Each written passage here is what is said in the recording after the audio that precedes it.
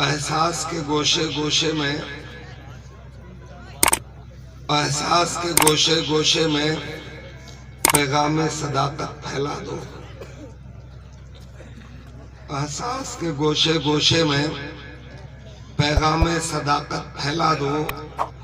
फरमाने नबी की खुशबू से गुलजारे अकीदत महका दो। अहकाम शरीयत की कदरें दुनिया में उजागर हो जाएं।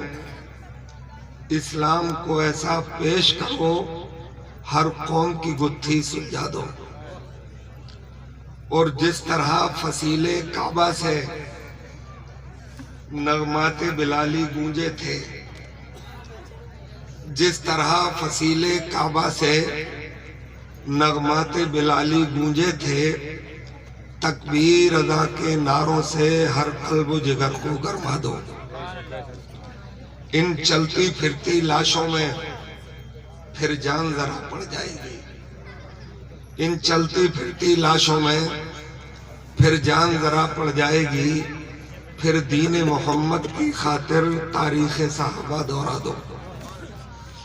एक बार कलमा तैयबा भी पढ़िए, ला इलाहा इल्लल्लाह मुहम्मदुर रसूलुल्लाह सल्लल्लाहु ताला अलैहि वसल्लम। हज़रात गिरामी कदर, आपकी इस अजीम बस्ती में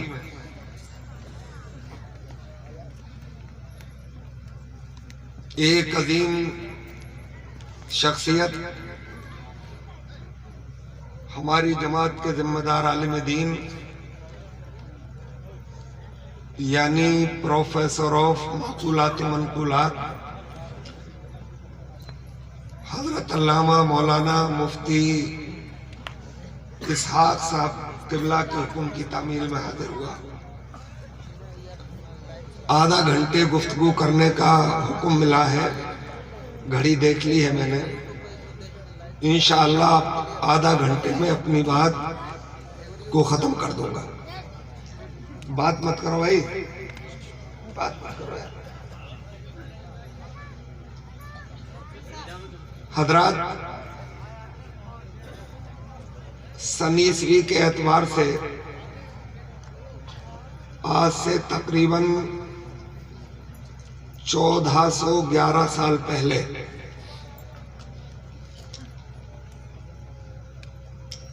मुल्क अरब के शहर मक्का में, जहां अल्लाह का घर है, खाना एक काबा है, वहीं से तकरीबन 4.5 किलोमीटर की दूरी पर एक पहाड़ी है। उसे जबल नूर कहा जाता है। उसकी चोटी पर एक गुफा है जिसे गारे हिरा कहा जाता है। उसी गार में हमारे आपके पूरी कायनात के आका व दाता जनाब मोहम्मद रसूलुल्लाह सल्लल्लाहु ताला अलैहि वसल्लम जलवागर थे।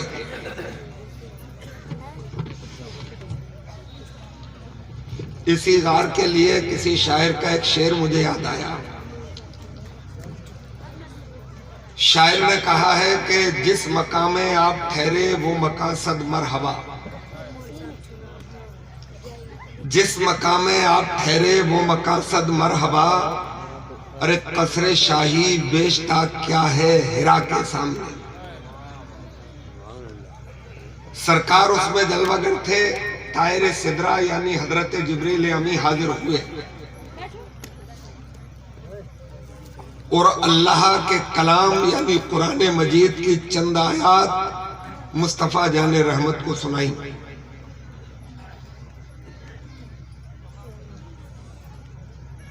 हालांकि कुरान अल्लाह की सिफत भी है और उसका कलाम भी है,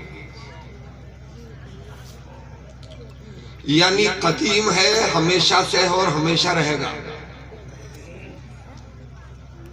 मगर इस दुनिया में उसके नुज़ूल की शुरुआत आज से 1411 बरस पहले हुई थी। उन्हीं आयात को लेकर जब मुस्तफा जाने रहमत शहर मक्का में तशरीफ लाए और उनकी तिलावत फरमाई तो मक्के के मुशरिकीन हक्का बक्का रह गए। बोले ये मोहम्मद कैसा कलाम ले आए, हम भी अहले ज़बान हैं मगर ये कलाम तो बड़ा अलबेला है, बड़ा लाजवाब है, ये दिलों पे अटैक करता है, दिलों के अंदर जाता है। वो हैरत में थे और सरकार अलैहिस्सलातु वस्सलाम उसकी तिलावत फरमा रहे थे। चंद मखसूस लोग जो मुस्तफा जाने रहमत के जवारे रहमत में हाजिर हो गए थे, उन्होंने भी कुरान की तिलावत शुरू कर दी। कुरान से मुतासिर होकर लोग जब सरकार के इर्द गिर्द आने लगे तो मुशरिकीन मक्का को बेचैनी हुई। उन्होंने एक मजलिस शोरा का इनेकाद किया और ये तय किया कि इन कुरान पढ़ने वालों को रोका जाए, मना करो, न माने तो पत्थर मारो, फिर भी न माने तो कोड़े बरसाओ, फिर भी न माने तो आग के अंगारों पर लिटा दो, फिर भी न माने तो उनके सीने पर पत्थर की भारी सिलें रख दो, और फिर भी बात ना आए तो नेजों से कूट डालो। मैंने अपनी इस तारीख में पढ़ा है कि इतने पागल हो गए थे मुशरिकीन मक्का कि मक्के में जितनी डगर आती थी, जितने रास्ते इन होते थे, सुबह ही उन रास्तों पर बैठ जाते थे और बाहर से आने वाले लोगों के कानों में रुइयां ठूस देते थे ताकि वो कुरान सुन ना सके। मगर हजरात वो रुइयां ठूसते रह गए, पत्थर मारते रह गए, कोड़े बरसाते रह गए, आग के अंगारों पर लिटाते रह गए, नेज़े और भाले चलाते रह गए। कुरान मक्के से निकला तो मदीने पहुंच गया और मदीने से निकला तो दुनिया के कोने कोने तक पहुंच गया। आज अमेरिका की लाइब्रेरी में कुरान मिलेगा, लंदन और फ्रांस और जर्मनी में कुरान की एक एक आयत पर तहकीक की जा रही है। और ये बात मैं ऐसे ही नहीं कह रहा हूं, मैंने पढ़ा है। हजरत गिरामी, आप जरा थोड़ा अकल पे जोर दें, आपको खुद एहसास हो जाएगा। कुरान नहीं था तो इस दुनिया में था ही क्या? कुरान आया तो इस दुनिया में जलवे आए। कुरान नहीं था तो आपकी मोटरसाइकिलें कहां थी, आपकी फर्राटे भरने वाली कारें कहां थी, हेलीकॉप्टर भी तो नहीं थे, हवाई जहाज भी तो नहीं थे। कुरान के बाद ही तो आए। और केमिस्ट्री भी नहीं थी, फिजिक्स भी नहीं था, जूलॉजी भी नहीं थी, बॉटनी भी नहीं थी। ये तन्हा कुरान के जलवे हैं और साहिब कुरान के जलवे हैं। कॉलेजेस और यूनिवर्सिटीज के पढ़े हुए लोग चीख सकते हैं और कह सकते हैं मौलाना ज्यादा मत बोलो, हमारे स्टेज पे ऐसा बोलोगे तो तुम्हें रोक देंगे। मगर हम लॉजिक पेश कर रहे हैं आपके सामने, हिम्मत हो तो काटना। आप ये कहोगे कि कुरान जब 1400 बरस पहले आ गया था तो फिर मोटरसाइकिल की तारीख तो 100 साल पुरानी है, रेलगाड़ी को 200 साल हो गए होंगे, हवाई जहाज 100 के अंडर में है, हेलीकॉप्टर की तारीख भी पुरानी नहीं है, तो फिर बैलगाड़ियों से सफर क्यों, फिर घुड़सवारी क्यों, फिर ऊंटों पर कुदक कुदक के चलने की जरूरत क्या थी?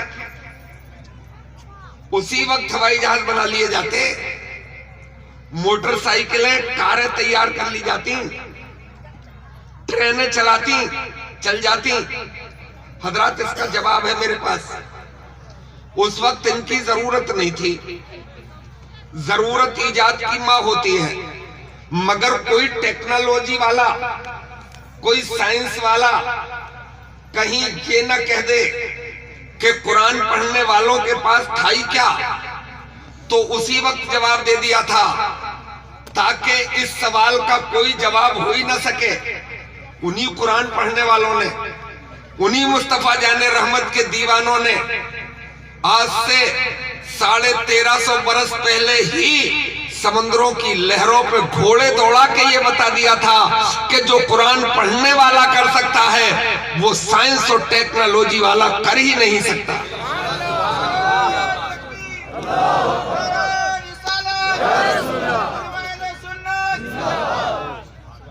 बोलो, टेक्नोलॉजी अपने शिखर पे है, पीक पे है, न जाने क्या क्या हो रहा है। स्टीमर बन गए, पानी के अंदर चलने वाली पनडुब्बियां बन गई।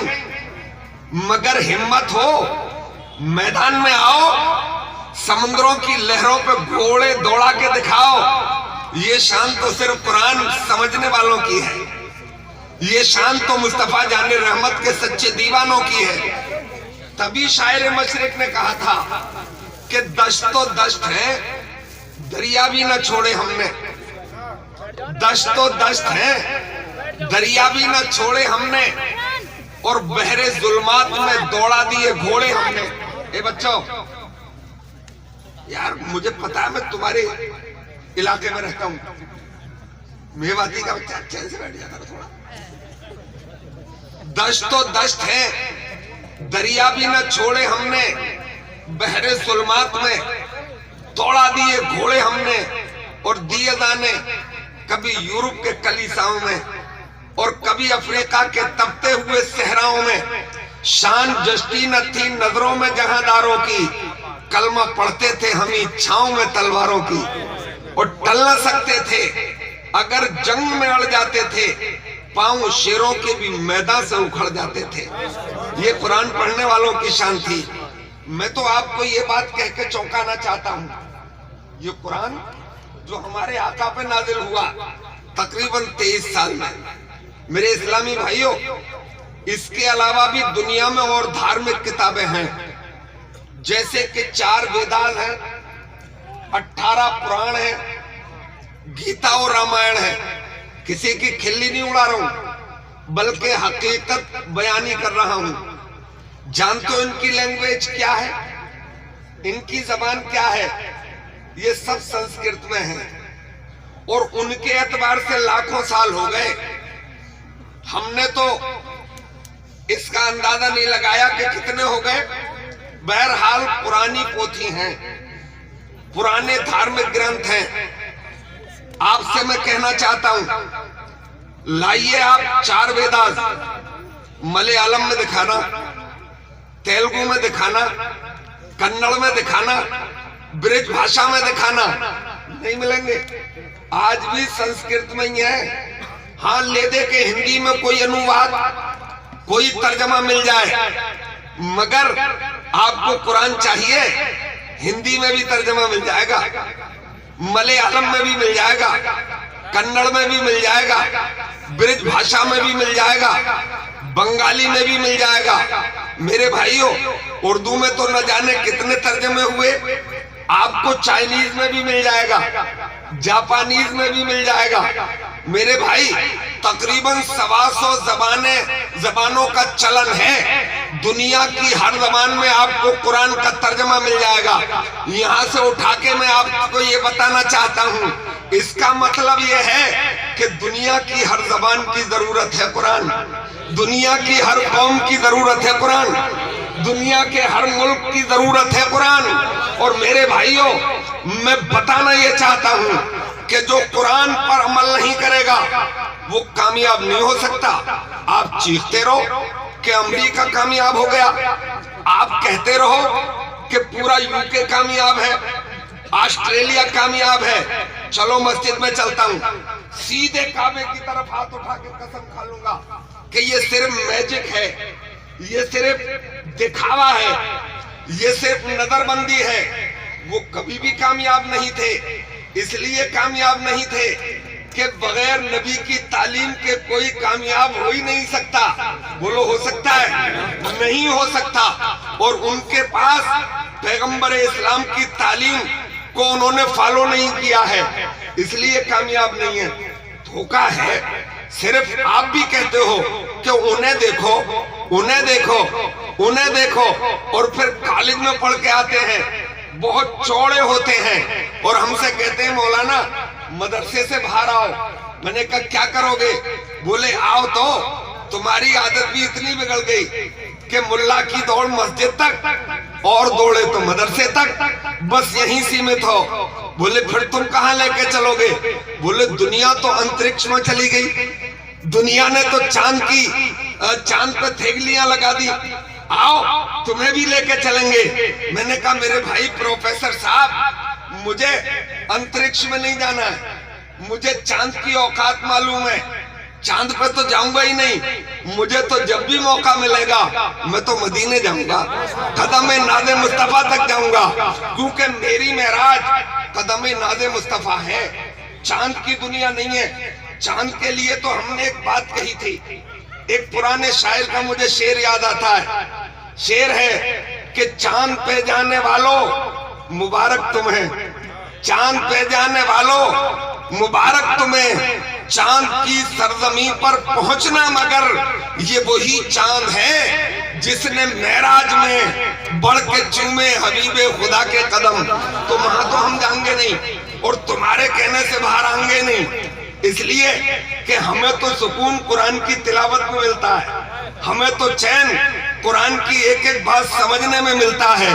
आप देखो तो, आप गौर तो करो। आओ मैं एक इशारा करके आगे बात बताऊंगा आपको। तवज्जो है आपकी? सब गौर से सुन रहे हैं? जरा हाथ उठा के बताएं कि हम सुन रहे हैं। आज आवाज बहुत मुतासिर और लाउड स्पीकर भी बिल्कुल हल्का सही। अल्लाह जाने कि यहाँ का माहौल क्या है, मगर आप बिल्कुल सुकून के साथ समाप्त कर रहे हैं। एक एक बात समझने की कोशिश कीजिएगा।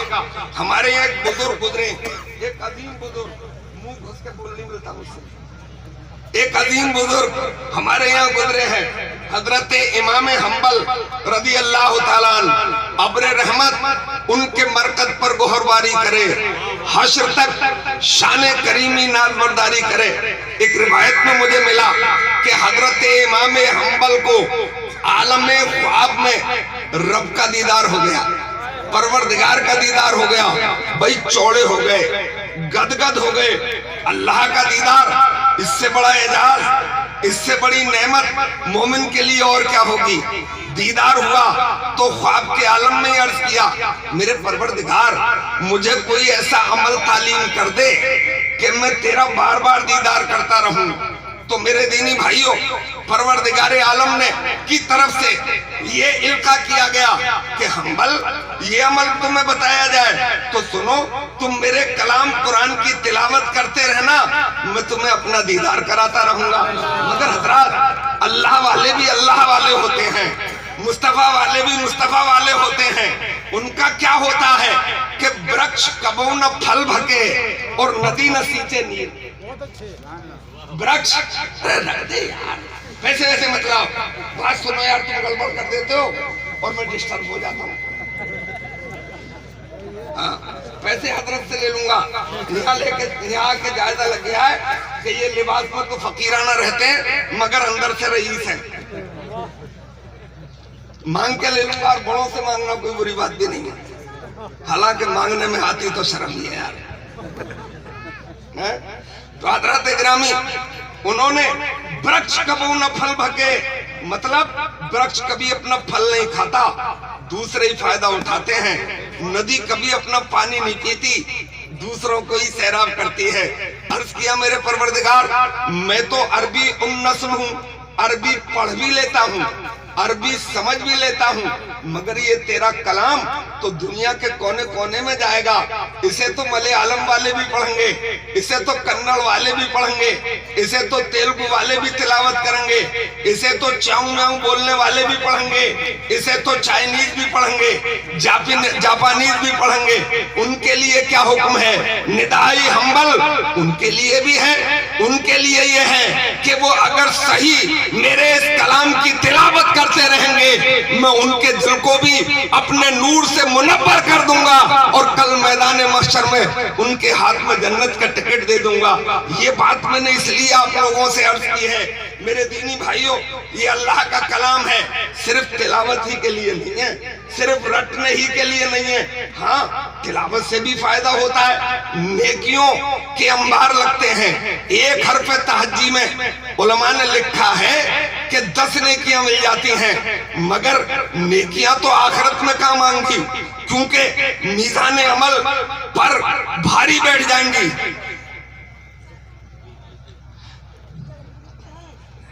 मीज़ान अमल पर वो भारी होंगी। मेरे भाइयों, दुनिया में ऐसी जिंदगी गुजारोगे पिट-कुट के, जिल्लत के साथ, मेरे भाई दब के लच के नहीं। नहीं, हम इसलिए दुनिया में नहीं आए हैं। मैं आपको इशारतन बता रहा हूँ, एक जुमले में समझो कि कुरान तिलावत इसलिए किया जाएगा ताकि जन्नत में जाने का रास्ता हमवार हो जाए, और कुरान समझा इसलिए जाएगा ताकि कुरान समझ के अमेरिका के व्हाइट हाउस में परचम इस्लाम लहराने का काम किया। हज़रत गिरामी कदर, तो मैं अर्ज कर रहा था कि ये कलाम अल्लाह का कलाम है, ये कुरान है जो दिलों को सुकून पहुंचाता है। मगर तुम बोले कि पोएम पढ़ने में सुकून मिलता है, दोहे पढ़ने में सुकून मिलता है, अमेरिका को गूगल पर सर्च करके सुकून मिलता है। हजरत गिरामी, वहां सब कुछ नहीं है। अगर वो कामयाब तुम्हारी नजर में है, कॉलेजों में अपना ज्यादा वक्त गुजारने वालों, जरा होश में तो आओ, गूगल पे सर्च करना, कल अमेरिका देख लेना, क्योंकि पूरी दुनिया अब आपसे भागी हुई नहीं है, छुपी हुई नहीं है। पूरी दुनिया का ग्लोबलाइजेशन हो गया है, यानी पूरी दुनिया एक विलेज बन के रह गई है, एक गांव बन के। जिसे चाहो सर्च कर लो, तो आप उसे सर्च करना, बिल्डिंगें दिखेंगी आपको, फलक बोस बिल्डिंगें दिखेंगी आपको, वहां के रोड भी चमकते दमकते दिखेंगे आपको। अगर वो वाकई कामयाब हो गए हैं, तो मैं आपसे एक बात पूछना चाहता हूं कि वो कामयाब हैं, बिल्डिंगें उनके पास हैं, करोड़ों डॉलर उनके पास हैं, लग्जरी गाड़ियां उनके पास हैं, हेलीकॉप्टर उनके पास है, हवाई जहाज उनके पास है, तो फिर 15-15 घंटे अपनी गर्लफ्रेंड्स के साथ समुद्रों के किनारे मादरदाद नंगे होकर लोट-पोट क्यों लगा रहे हैं? जरा इस पर गौर करना। नतीजा ये आएगा कि सुकून डॉलरों में नहीं मिल रहा है, सुकून कोठियों में नहीं मिल रहा है, सुकून उनकी लग्जरी गाड़ियों में नहीं मिल रहा है। तभी तो वह नंगे होकर सुकून लेने के लिए गए हैं। किसी गुलाम मुस्तफा से आके पूछ लेना, वो झोपड़ी में भी चैन की नींद सो जाता है, इसलिए कि परवरदिगार ने उसके दिल पे सुकून नाज़िल फरमा दिया।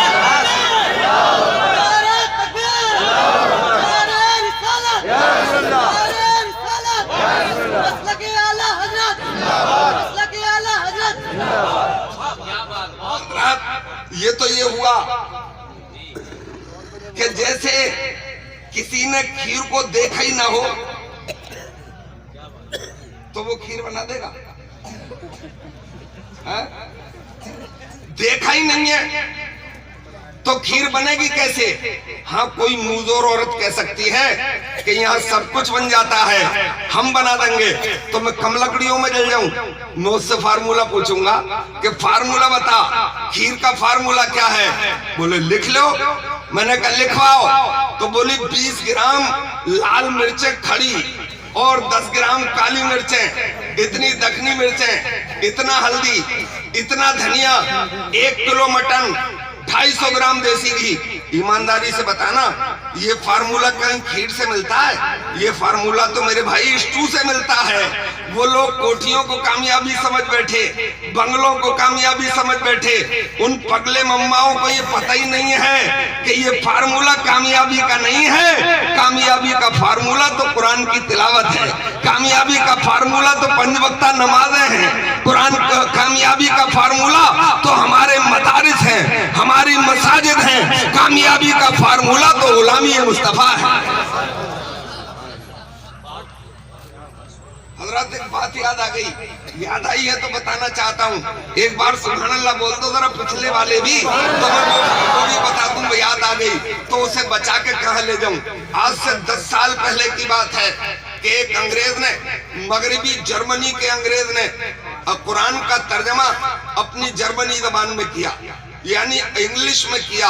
अब तर्जमा कौन कर सकता है, ट्रांसलेशन कौन कर सकता है, अनुवाद कौन कर सकता है? जिस जबान का अनुवाद कर रहा है उस जबान का भी माहिर हो, उसके कवायद से वाकिफ हो, उसके ग्रामर से वाकिफ हो, और जिस जबान में कर रहा है उसका भी मास्टर होना जरूरी है, उसका भी पढ़ा लिखा होना जरूरी है। अब तर्जमा कर दिया उसने कुरान का, और तर्जमा जब किया तो चौंक गया, मुंह फटे का फटा रह गया, आंखें खुली की खुली रह गईं कि हाय रे, मैंने तो बिला वजह अपना वक्त कॉलेजेस में गुजार दिया, केमिस्ट्री पढ़ता रहा, फिजिक्स पे भी तहकीक की मैंने, बॉटनी भी पढ़ी मैंने, काश मैंने पहले ही कुरान पढ़ लिया होता। तो इसमें तो केमिस्ट्री भी है, इसमें तो फिजिक्स भी है, इसमें तो जूलॉजी भी है, इसमें तो बॉटनी भी है, इसमें तो भाई मैथमेटिक्स के जनक कितने मेथड मौजूद हैं। मगर मेरे इस्लामी भाइयों, जिसने तर्जमा किया होगा वो बड़ा दानिश्वर होगा, अक्लमंद होगा।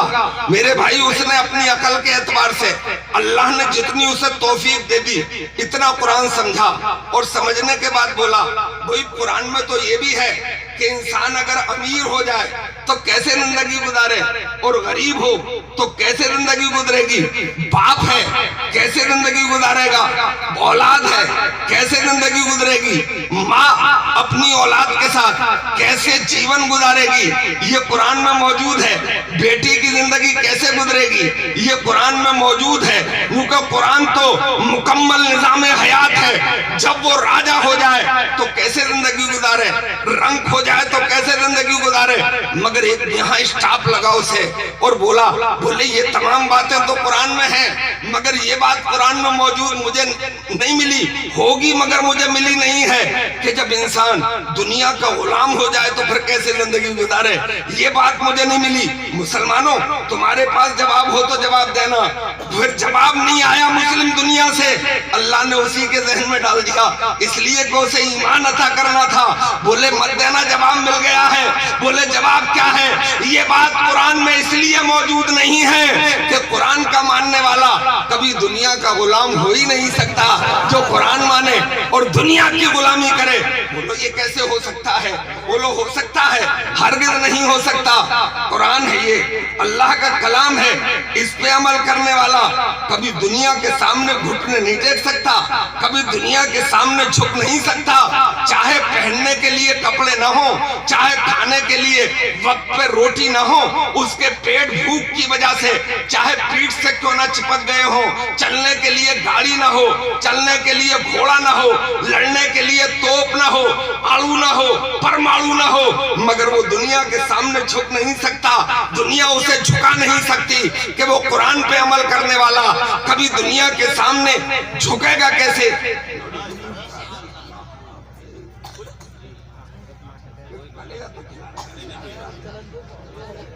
हाँ, तो मेरे दीनी भाइयों, कुरान का मानने वाला मदरसे में, मैं इसलिए तो कह रहा हूँ ये तमाम बातें, बैकग्राउंड बनाया है।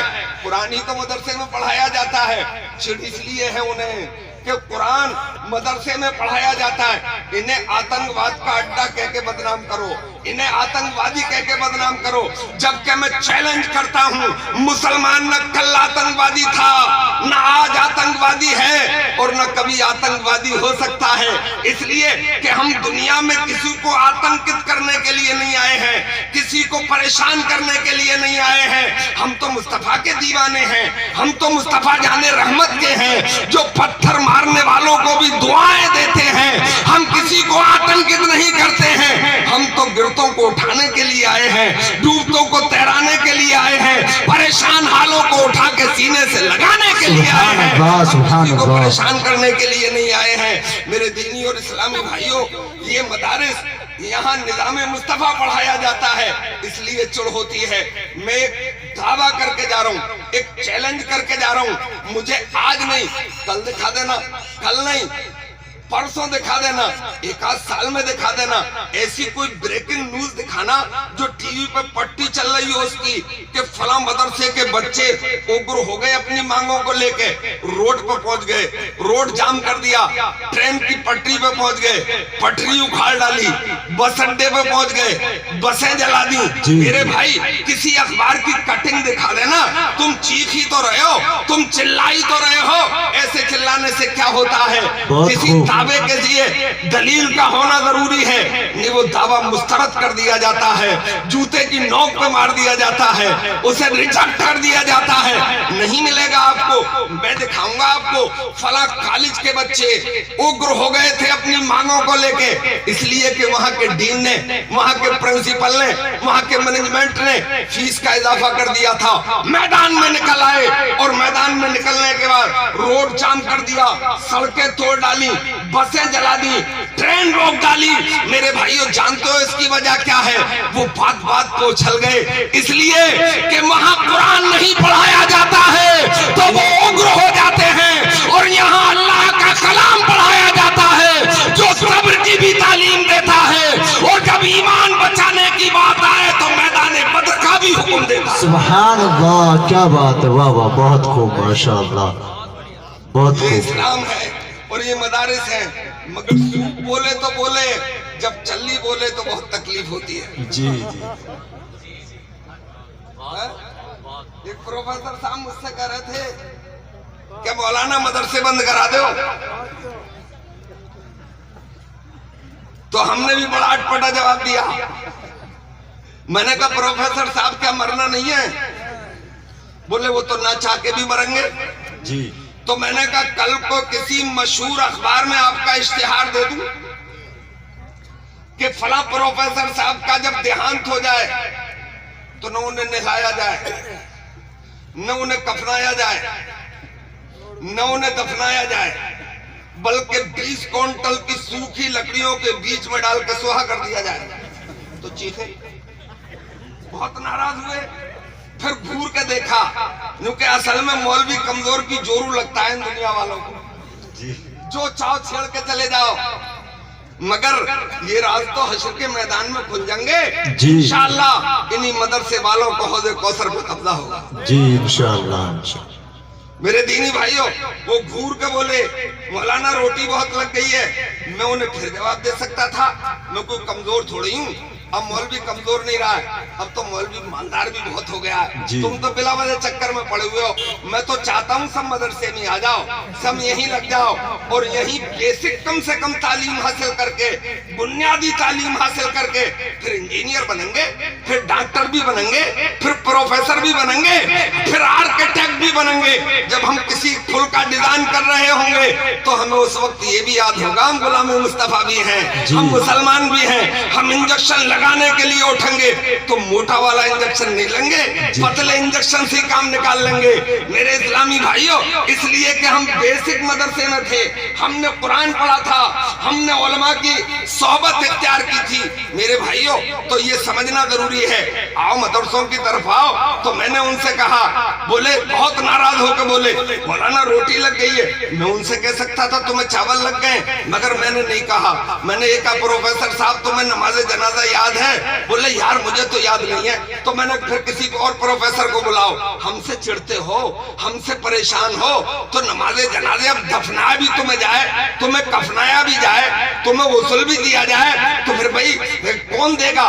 मौलवियों से चिढ़ते हो, अपने किसी साथी प्रोफेसर को मेरे सामने वसीयत करना और नमाज जनाजा सुनवा देना। बोले जब मुझे याद नहीं है तो उसे क्या याद होगी? मैंने कहा पहली गेंद पे मिडिल स्टंप उड़ गया। कहाँ गए? बोल हो गए, पहली गेंद गए। मैंने कहा उड़ गया। मैंने कहा प्रोफेसर साहब ये मत कहो कि मदरसे बंद कराओ, बल्कि ये कहो कि इनके इनकी तालीम का स्तर उठाओ, इनकी तालीम को और आला करो, इसलिए कि मदरसा तो पैदा होने से लेके मरने तक की जरूरत जी जी बेशक बेशक। घर में जब बच्चा पैदा होता है तो अजान पढ़ने के लिए भी मदरसे का प्रोडक्ट आता है, जवान होता है, निकाह होता है, तो कोई प्रोफेसर साहब, कोई इंजीनियर साहब, कोई डॉक्टर साहब निकाह पढ़ाने के लिए नहीं आते हैं। निकाह पढ़ाने के लिए भी मदरसे ही का आलिम दीन आता है, और मरता है तो नमाज जनाजा भी आलिम दीन ही पढ़ाता है। इसका मतलब ये है कि मदरसा हमारी बुनियाद है, हमारी जड़ें हैं, हमारा ईमानी किला है जो हमारे ईमान की हिफाजत करता है। मैंने तो ये देखा है जो मदरसे से टकरा गया वो चकनाचूर होके रहा। मेरे भाइयों, मैं कॉलेजों का घोर विरोधी नहीं हूँ, मैं चाहता हूँ CBSE बोर्ड के भी स्कूल खोले जाएं, इंग्लिश मीडियम के स्कूल खोले जाएं, और वो इंटर ही नहीं बल्कि डिग्री कॉलेजेस भी खोले जाएं, CBSE बोर्ड के हो, चाहे उसके लिए कितनी मेहनत करना पड़े। मगर ये विनती करके जाऊंगा, ये गुजारिश करके जाऊंगा कि बेसिक तालीम, बुनियादी तालीम, प्राइमरी तक की तालीम कम से कम मदरसे में होना चाहिए। मुझे डर लगता है, मैं बहुत परेशान सा हो जाता हूँ, मेरी हार्ट बीट बढ़ने लगती है ये सोच के कि डायरेक्ट अगर इंग्लिश मीडियम में चला गया, क्रिश्चियन लावी के स्कूल में चला गया, कहीं तस्लीमा नसरीन न बन जाए, कहीं जस्टिस अहमदी न बन जाए, कहीं APJ अब्दुल कलाम न बन जाए, इस बात का डर है। और मैं क्यों डर रहा हूँ, तुम कुछ ही क्यों ना बन जाओ। ये मैंने वो प्रोडक्ट गिनाए हैं, ये डायरेक्ट आपके कॉलेजों के प्रोडक्ट हैं, ये डायरेक्ट इंग्लिश मीडियम के प्रोडक्ट हैं। अब तुम ज्यादा बोलोगे तो हम भी बोलना जानते हैं, तुम अगर कॉलेज के प्रोडक्ट दिखाओगे तो मैं मदरसे का सिद्दीक आजम दिखाऊंगा, फारूक आजम दिखाऊंगा, उस्मान जुन नूरैन दिखाऊंगा, हैदर कर्रार दिखाऊंगा, ज्यादा बोले तो करबला का हुसैन दिखाऊंगा, और बोले तो बगदाद का गौसे आजम दिखाऊंगा, ज्यादा चीखोगे तो बरेली का इमाम मोहम्मद रजा खान दिखाऊंगा। सुभान अल्लाह, अल्लाहु अकबर, वाह बे वाह, सुभान अल्लाह, बहुत खूब। यार इतने बड़े हाथ में इतने छोटे नोट अच्छे नहीं लगते। कहाँ की बात करने लगे मेरे इस्लामी भाइयों, मुझे ज्यादा पैसों की जरूरत नहीं है, मैं तो हजरत की खिदमत के लिए हाजिर हुआ हूँ। अब इनडायरेक्ट आपकी खिदमत भी हो रही है, ये मेरे लिए है ना।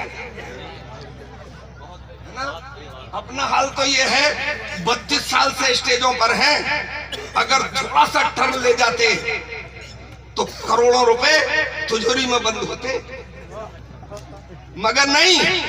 सोचा ये कि फकीरी में सुकूने दिल बहुत है, बेशक फकीरी में सुकूने दिल बहुत है, और यही दौलत मुझे हासिल बहुत है।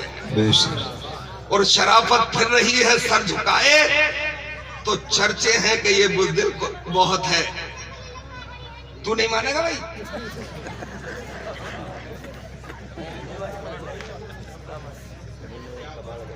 तो हजरात गिरामी, बात खत्म कर रहा हूं मैं, चंद बातें आपसे और अर्ज कर रहा हूं, जरा तवज्जो से सुनिएगा। ये कॉलेजों की तारीख बहुत पुरानी नहीं है, मैंने जहां तक सर्च की है, ये यूनिवर्सिटियां दुनिया में तकरीबन 400 के करीब हैं जिन्हें यूनिवर्सिटी कहा जा सकता है। और यूनिवर्सिटी की परिभाषा, अलजामिया की तारीफ क्या है, वो भी मैं मुख्तसर अल्फाज में कर दूं। यहाँ दुनिया के हर उलूम को फलने और फूलने, अक्सर कह दो, दुनिया के अक्सर उलूम को फलने और फूलने का फलने और फूलने के मौके फराहम हो, उसे अलजामिया कहा जाता है, उसे यूनिवर्सिटी कहा जाता है, उसे विश्वविद्यालय कहा जाता है।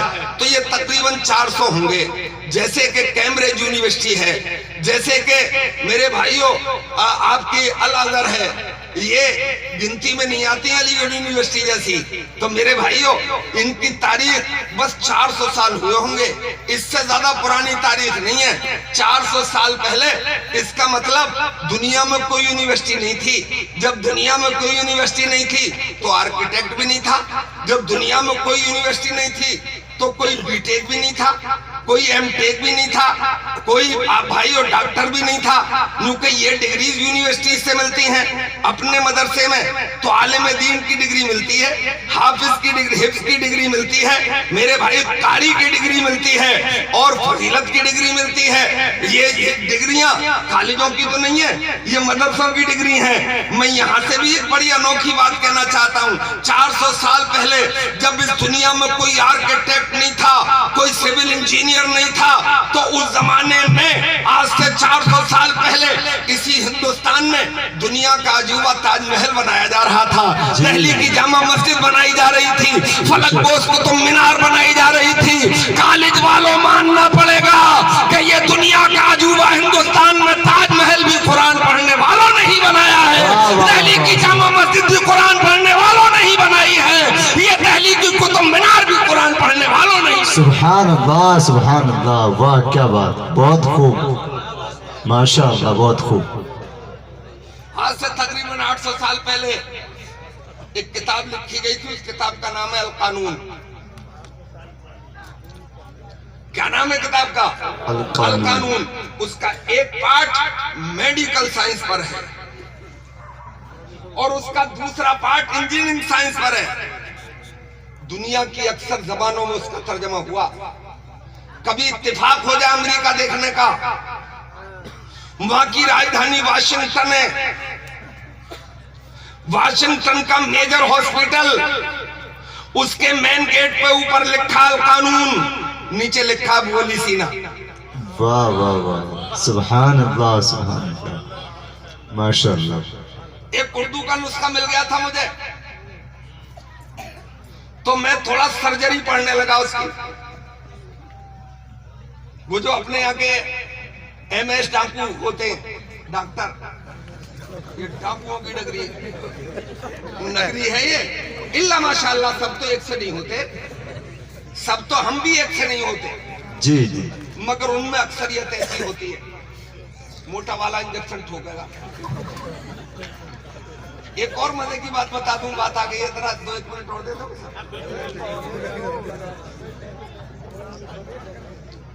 मैं इसलिए ये बातें बता रहा हूँ, आपके काम आएंगी जी। अब देखा देहात का तो मैं समझता हूँ 50% डिलीवरी यानी विलादत बच्चे की घर में नॉर्मल हो जाती होगी, मगर 50% का पेट वहां OT में जाके तय है, मेजर ऑपरेशन होता ही है। शहर में 90% पे पहुंच गया है, जायजा लेना। और ये दर्द दुनिया का सबसे बड़ा दर्द है, एक झटके में चीख जाती है और फिर पेट फट जाता है ना। उसके पीछे कुछ राजगी है, घर में मेहनत नहीं कर रही है, आपने नाकारा बना दी है? मसाला पीसने वाली मशीन भी ला दी, कपड़े धोने वाली भी ला दी,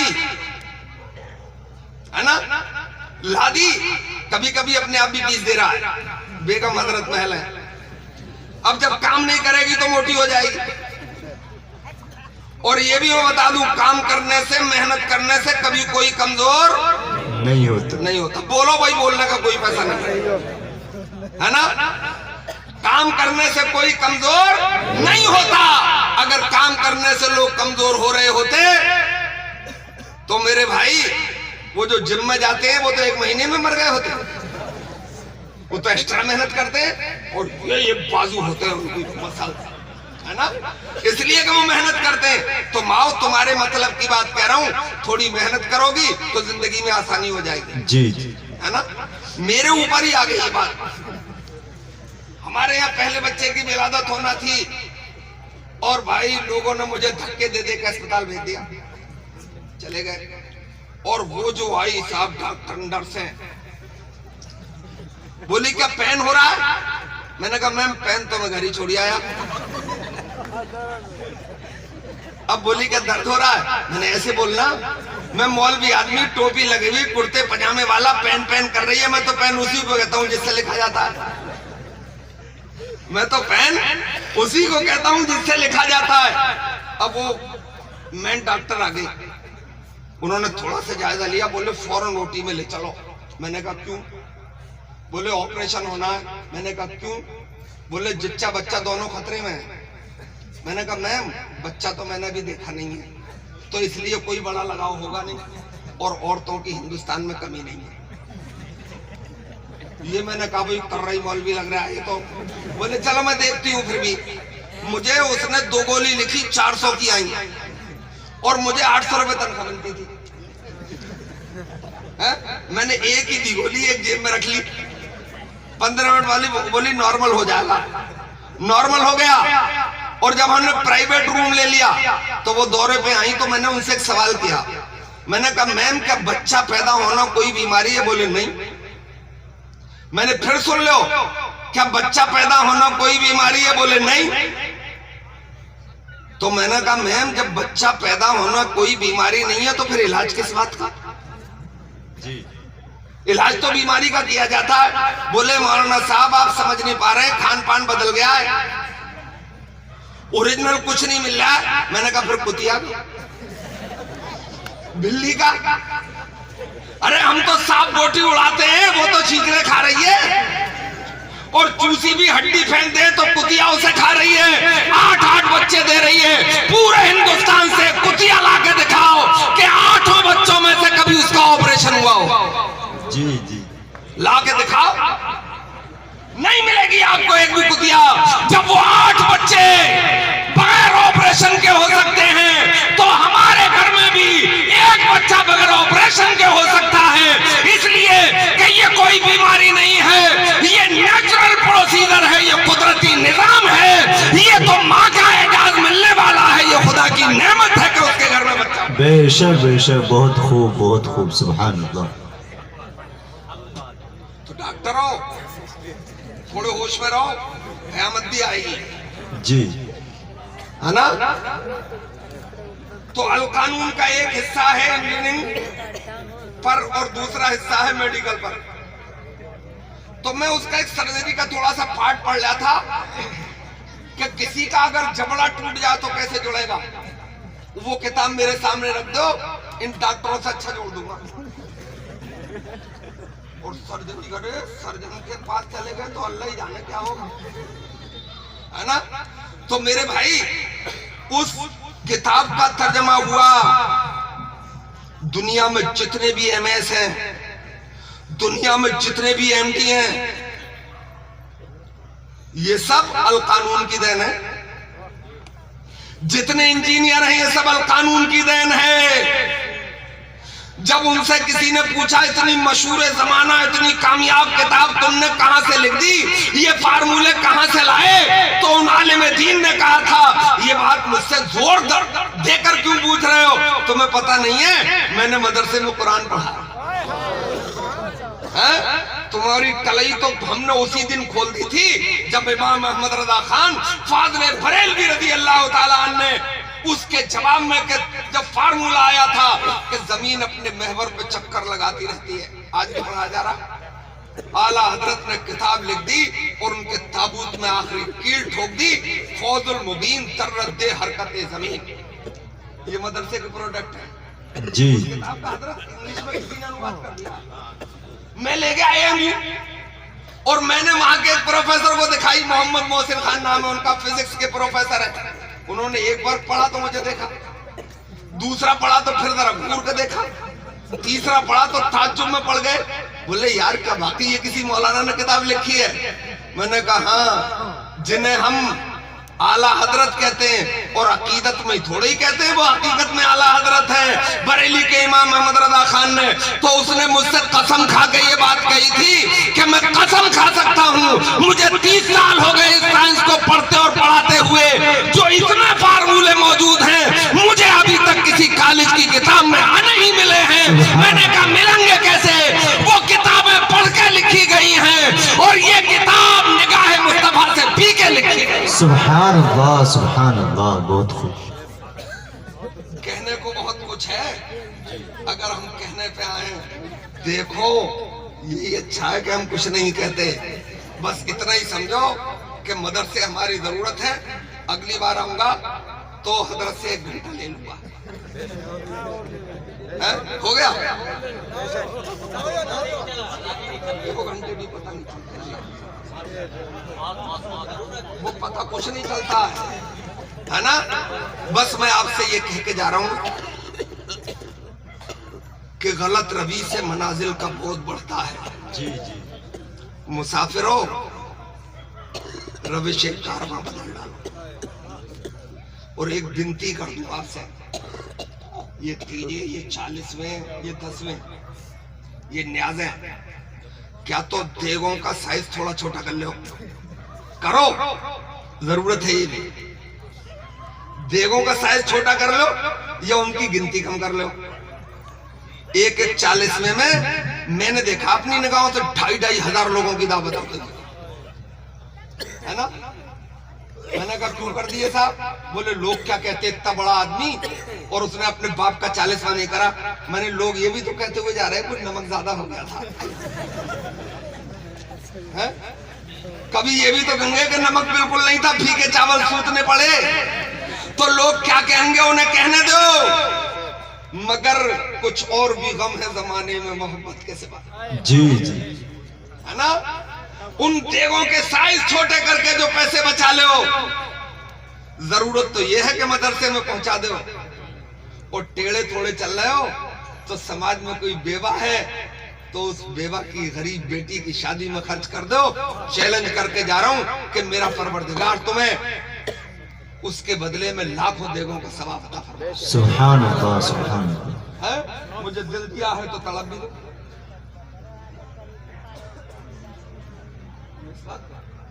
अरे वो तो वुजू पे बोलता मैं ना, तो वो अब कहाँ बोलो तो मुकम्मल टॉपिक है। अभी अलीगढ़ यूनिवर्सिटी में तकरीर की मैंने, उन्होंने मुझे मौजू दिया वुजू और जदीद टेक्नोलॉजी, है ना। तो मैं इसी मौजू पे बहुत बातें कह सकता हूँ। अभी हुआ ही क्या है, आप सुभान अल्लाह बोलिए एक बार। सुभान अल्लाह, सुभान अल्लाह। तो मैं मुकम्मल कर दूं, क्योंकि ये बात भी अधूरी नहीं रहना चाहिए। मैं ये बात क्यों कह रहा हूँ? ये इसलिए कह रहा हूँ कि डॉक्टर इकबाल का एक शेर है, मुझे दिल दिया है तो तड़प भी दे। जी, मुझे दिल दिया है तो तड़प भी दे, जो हो किसी का शरीक गम, मुझे ऐसे दिल की तलब नहीं जो किसी के काम ना आ सके। हाय हाय, वाह वाह वाह, क्या बात। दरअसल ये कुरान अल्लाह का कलाम जहाँ पढ़ा जाए और जहाँ पढ़ाया जाए वह खुदा की रहमत नाजिल होती है। इसीलिए मैं पूरी दुनिया में ये चैलेंज कर सकता हूँ कि जहाँ कुरान है, जहाँ अल्लाह का कलाम है, जहाँ मुस्तफा जाने रहमत की हदीस है, उनको मिटाया नहीं जा सकता और उनसे जो लोग राब्ता रखते हैं उन्हें भी नहीं मिटाया जा सकता। अगलो सुन लो, हम तो करबला में जब हमें यजीद नहीं मिटा सका तो हिंदुस्तान में भी इंशाअल्लाह ये तागूती ताकतें मिटा नहीं सका। बेशक है ना। हम मदरसे से निकल के आए हैं मेरे भाई। ये बिल्डिंग होना अलग बात है। कभी मदीने में हमने चबूतरे को मदरसे की शक्ल देती थी। वो असहाबे सुफ़ा मदरसे ही के तो स्टूडेंट थे, मदरसे ही के तो तालिबे इल्म थे, जिन्हें 1000 लश्कर जर्रार ने चैलेंज किया था। और मजलिस शोरा का इनेकाद करके अबू जहल ने कहा था कभी कुरैशियों कहीं डूब के मर जाओ। बोले क्या हो गया सरदार? बोले तुम्हारा खून पानी हो गया। बोले क्या हो गया सरदार? अरे बोले मोहम्मद कोई अरब छोड़ के थोड़ा ही चला गया है, अरब में ये यसरब को मदीना बना दिया, वहां भी मदरसा कायम कर लिया और वहां तालिबे इल्मों की तादाद बढ़ रही है। अभी पानी सर से नीचे है, वहीं जाके घेर लो, वहीं जाके काट लो, वहीं जाके मिटा दो, वहीं जाके टुकड़े टुकड़े कर दो। सब तैयार हो गए। हैरत तो ये हुई कि सरकार के चचा हजरत अब्बास ने भी हाथ मिलाया और कसम खाई कि तुम्हारे साथ चलेंगे। सरकार के सगे दामाद अबुल आस भी तैयार हो गए। 1000 का लश्कर जर्रार चला था मदरसे वालों को मिटाने के लिए। नंगी तलवार लेके चला था, तेज घोड़ों पर सवार होकर चला था, वो लोहे में बेबस होकर चला था, सामान्य रसद लेके चला था। जब ये खबर मुस्तफा जाने रहमत तक पहुंची तो मुस्तफा जाने रहमत ने अपने स्टूडेंट से कहा कि मेरे प्यारे साथियों, तुम्हें एक लेटेस्ट खबर दे रहा हूं। अबू जहल 1000 का लश्कर जर्रार लेके चला है। नेज़े हैं, भाले हैं, तलवारें हैं, तीर हैं, कमान है, लोहे में बेबस हैं। उनके हालात ये हैं, तुम्हारे हालात भी मेरी निगाहों के सामने हैं। तुम्हारे पास तो खाने के लिए वक्त पर रोटी भी नहीं है, जी तुम्हारे पेट तो भूख की वजह से पीठ से चिपक गए हैं। तुम्हारे पास चढ़ने के लिए घोड़े भी नहीं है, लड़ने के लिए तलवारें भी नहीं है, फेंकने के लिए नेज़े भाले नहीं है, चलाने के लिए तीर नहीं है। क्या इस आलम में तुम उनसे मुकाबला करोगे? उन दीवानों का जवाब सुनो। जी वाह वाह कहा या रसूल अल्लाह, हम उनकी तलवारें देखेंगे, जी हम उनके नेज़े देखेंगे, हम उनके भाले देखेंगे, हम उनके तेदरो घोड़े देखेंगे, हम उनके जिस्म लोहे में पेवस देखेंगे। मुस्तफा, हम उनकी तलवारें नहीं देखेंगे, हम उनके नेज़े नहीं देखेंगे, हम उनके भाले नहीं देखेंगे, हम उनके करियल जवान नहीं देखेंगे। मुस्तफा जाने रहमत, हम तो वो देखेंगे कि आपकी जबान से क्या निकला है, आपकी अबरू का इशारा होगा। ये तो मक्के के लोग हैं, हम समुद्रों में कूद जाएंगे, पहाड़ों से टकरा जाएंगे। वाह वाह वाह सुभान अल्लाह वाह हफीज जालंधरी ने कहा है अपनी शाहनामा इस्लाम में इसको। जी आवाज चलती होती तो तरज में सुनाता। अरे वो तो फट जाएगी हजरत बीच में, है ना? उन्होंने कहा था ताल अल्लाह, ये शेवा नहीं हम बावफाओं का, पिया है दूध हमने गैरत वाली माओ का। नबी का हुक्म हो तो कूद जाएं हम समंदर में, जहां को महव कर दे नारा अल्लाह अकबर में। जी जी सुभान दीवाने अल्लाह चले थे, मतवाले चले थे। मुस्तफा जाने रहमत ने कहा इतनी उजलत क्या क्यों है, हम भी तो चलेंगे। सिर्फ जंग ही नहीं लड़ेंगे, बल्कि इस जंग के बदले में पूरी दुनिया को एक पैगाम देंगे, ताकि कोई इल्जाम साबित न लगा सके और ये साबित न कर सके कि हम तलवार से फैले हुए लोग। जी जी बहुत हम तो पर गोलों की बुनियाद में फैले हैं। हम चलेंगे, निहत्ते चलेंगे, खजूरों की डंडियां लेके चलेंगे। जी वाह वाह वाह दीवाने मस्तानावार खजूरों की डंडियां लेके चले थे, बद्र की तरफ चले थे। और एक टीले पर खड़ा हुआ अबू जहल देख रहा था और पलट के अपने साथियों से कह रहा था, अरे खुश हो जाओ साथियों। बोले क्या हुआ? बोले वो तो पैदल आ रहे हैं। वाह करीब आए तो चीख के बोले मिनटों में उड़ा दिए जाएंगे, वो तो खजूरों की डंडियां लेके आ रहे हैं। हाँ मगर उस पगले को ये पता ही नहीं था कि नूरे खुदा है कुफ्र की हरकत में खंदा। जी जी वाह वाह ये वाह चराग बुझाया न जाए। वाह वाह वाह सुभान अल्लाह करीब में आया तो मुकालमा शुरू हो गया। मोहम्मद आगे, बोले आगे। बोले फौज कहाँ है? बोले देख ले यही दीवाने हैं। जी बोले मोहम्मद ये क्या कर रहे हो? इन्हें तो हम फूंक मार के उड़ा देंगे, मुट्ठी भर भर बालू डालेंगे तो दबा देंगे। सरकार अलैहिस्सलाम ने इरशाद फरमाया, अबू जहल तू पागल हो गया है, जिसे खुदा उठाना चाहे उसे कोई दबा नहीं सकता, और खुदा जिसे उड़ाना चाहे उसे कोई रोक नहीं सकता। ये तो मैदान बताएगा कि कौन जीतेगा और कौन रुकेगा। बेशक बेशक मुकालमे के बाद पैगंबर इस्लाम ने अपना सर माबूद हकीकी की बारगाह में रख दिया। आए परवरदिगार, यही टोली है जो तेरा नाम लेती है, जी जी इनकी नाज रख लेना। रब ने सकीना नाजिल कर दिया दिल पे। वाह अब सर उठा पैगंबर इस्लाम का, लबों पे तबस्सुम है, जी यूं मुस्कुराए जान सी कलियों में पड़ गई, वाह और वाह लब कुशा हुए के गुलिस्तान बना दिया। बेशक। तारीख में लिखा है कि पैगंबर इस्लाम ने अपने एक साथी से एक डंडी ले ली,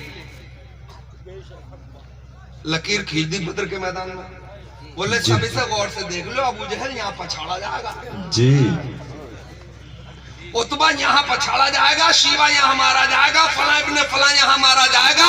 किस्सा मुख्तसर ये कि जंग शुरू हो गई, तलवारों वालों से मुस्तफा जाने रहमत के निहत्ते दीवाने अड़ गए थे, और अभी सूरज निस्फुन नहार से मगरिब की जानिब नहीं झुका था कि उन 313 खजूरों की डंडियों वालों ने 1000 तलवार वालों को मार गिराया था और परचम इस्लाम बुलंद कर दिया। वाह वाह वाह सुभान अल्लाह सुभान अल्लाह नारों का वक्त नहीं है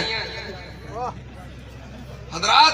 70 मार गिराए थे, 70 गिरफ्तार कर लिए थे, बाकी बचे हुए विपरीत दिशाओं में भाग गए थे, मुख्तलिफ संतों में भाग गए थे, पता ही नहीं था कहां जा रहे हैं। पीछे वाला कह रहा बोले तेज भागो, मगर इत्तेफाक ये हुआ कि एक उधर ही भाग गया जिधर से आए थे, एक ही भागा, यानी मक्के की तरफ भाग गया। और मक्के वालों का हाल ये था कि बाहर निकल के बैठ जाते थे उसी बद्र की डगर पे। नाचने वाली साथ होती थी, गाने वाली साथ होती थी, और शराब के मटके भरे हुए रखे होते थे कि अब आते होंगे हमारे सूरमा। बोले नाक काट के ला रहे होंगे, कान काट के ला रहे होंगे, न जाने कितनी गर्दनें नेज़ों में बुलंद करके आ रहे होंगे।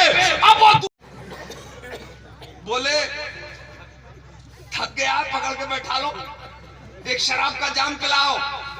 शराब का जाम पिलाया, तसल्ली आई तो पूछा, बोले भाई क्या हुआ?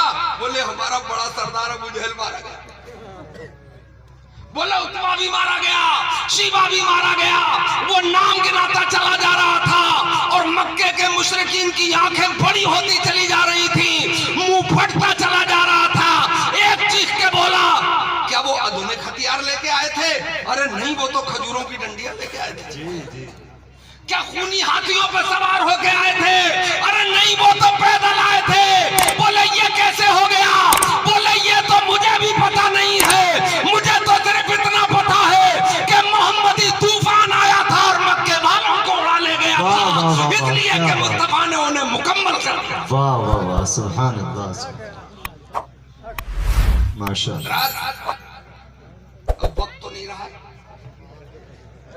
मगर आपसे गुजारिश है, हालात तो पल पल बदल रहे हैं जी। खुदारा तुम मत बदल जाइए, हैं? तुम तो बिगड़े हुए माहौल में भी यही कहना कि बुलबुल से बहरहाल नशे मन न छुटेगा। जी जी। बरके तपा के खौफ से गुलशन न छुटेगा। माहौल अगर अपने मुवाफिक भी नहीं है सरकार, मगर आपका दामन न छूटेगा। सुभान अल्लाह, सुभान अल्लाह। कितने बिगड़ जाए उसकी परवाह मत करना, हमें परवाह अपने दीन की होना चाहिए। बेशक बेशक। और दीन जब भी सलामत रह पाएगा हमारा ईमान कि जब हमारे मदरसे तरक्की करें। बेशक बेशक। हमने देखा है मदरसों को बंद कर दिया गया था तुर्की में।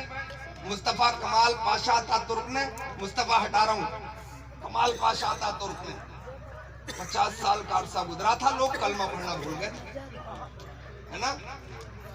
तो ये हमारी जरूरत है, सब बोलो ना, जरूरत है जी। जैसे कैसे बोलोगे? हाँ तुम बोलोगे जब तुम्हारी औरत तुम्हें डांटेंगी तभी बोलोगे।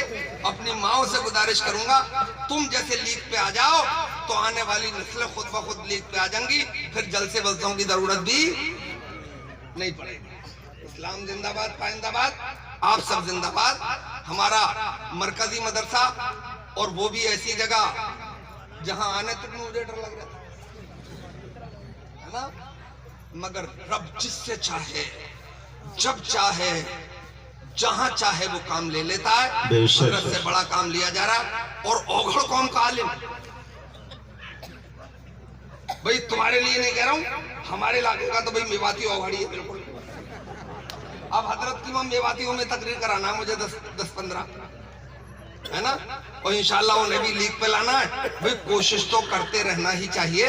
हजरत ने वुजू के बारे में कहा, इंशाल्लाह ये एक अलग टॉपिक है, ये अलग मौजू है। मैं इंशाल्लाह अगली बार अगर हाजिर हो सका तो, और जिंदा रहा तो हाजिर हो ही जाऊंगा। मैं तो इन बड़ों का गुलाम हूँ, खादिम हूँ, हुक्म देंगे हाजिर हो जाऊंगा। मैं बताऊंगा इंशाल्लाह वुजू, और वुजू के वुजू में हिकमत है और टेक्नोलॉजी, उस साइंस। अगर ये साइंस वाले तुम्हारे वुजू के सामने घुटने न टेक दें तो फिर बात ही क्या है? जी जी, है ना? अस्सलाम वालेकुम व रहमतुल्लाह। वालेकुम अस्सलाम व रहमतुल्लाह।